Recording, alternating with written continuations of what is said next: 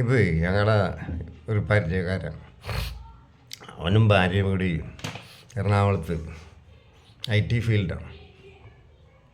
അപ്പം ഭാര്യക്ക് ചിലപ്പോൾ നൈറ്റൊക്കെ ഡ്യൂട്ടി ഉണ്ടാവും. അവർക്ക് ഡ്യൂട്ടിക്ക് ഷിഫ്റ്റിന് പോകാൻ വണ്ടിയൊക്കെ വരും. അപ്പോൾ ഇവർ താമസിക്കുന്നത് ഒരു ഫ്ലാറ്റിൽ വേറെ പ്രായമുള്ളൊരു മനുഷ്യനും ഭാര്യയും താമസിക്കണവിടത്താണ്.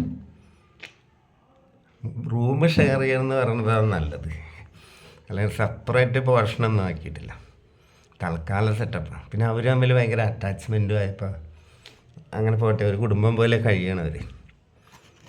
അപ്പോൾ ആ വീട്ടിലെ കുടുംബനാഥന് ഒരു 60 വയസ്സുണ്ട്,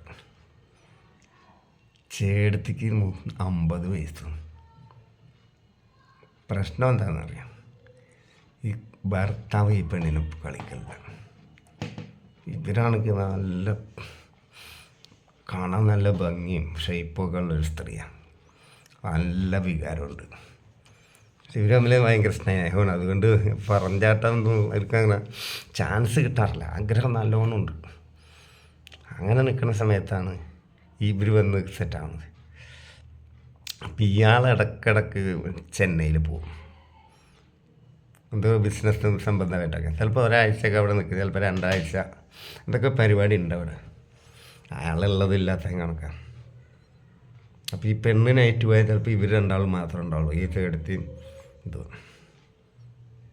അപ്പോൾ ഒരു ദിവസം ഇവർ പറഞ്ഞേ അയാളിവിടെ ഉള്ളത് ഇല്ലാത്ത കണക്കാണ്. അപ്പോൾ എന്താ അങ്ങനെ സംസാരിക്കണേ ചോദിച്ചു ഇവൻ. അല്ല, നിങ്ങളൊക്കെ ചെയ്യണ കാണുമ്പോൾ കൊതിയാവുകയാണ്. കാരണം എൻ്റെ ലൈഫിൽ അതൊന്നും ഉണ്ടായിട്ടില്ല. ഒരു ചടങ്ങ് കഴിക്കണ പോലെ എന്തെങ്കിലും കാട്ടിക്കൂട്ടും. നമുക്ക് എന്തെങ്കിലും നായി വരുമ്പോൾ ഫിനിഷിങ് പോയിന്റിൽ എത്തിയിട്ടുണ്ടോ, അങ്ങനെയാണ് ഇവിടെ കാര്യങ്ങൾ. അതിപ്പോൾ അതും നടക്കില്ല. അയാൾക്ക് ഇതൊന്നും അല്ല ചിന്ത. പിന്നെ കുറേ പ്രോബ്ലങ്ങളുണ്ട് അയാൾക്ക് ശാരീരികമായിട്ടൊക്കെ. അപ്പോൾ ഉദാഹരണം ശരിക്കും കിട്ടണില്ല. അങ്ങനെയൊക്കെ കുറേ പ്രശ്നങ്ങളാണ്.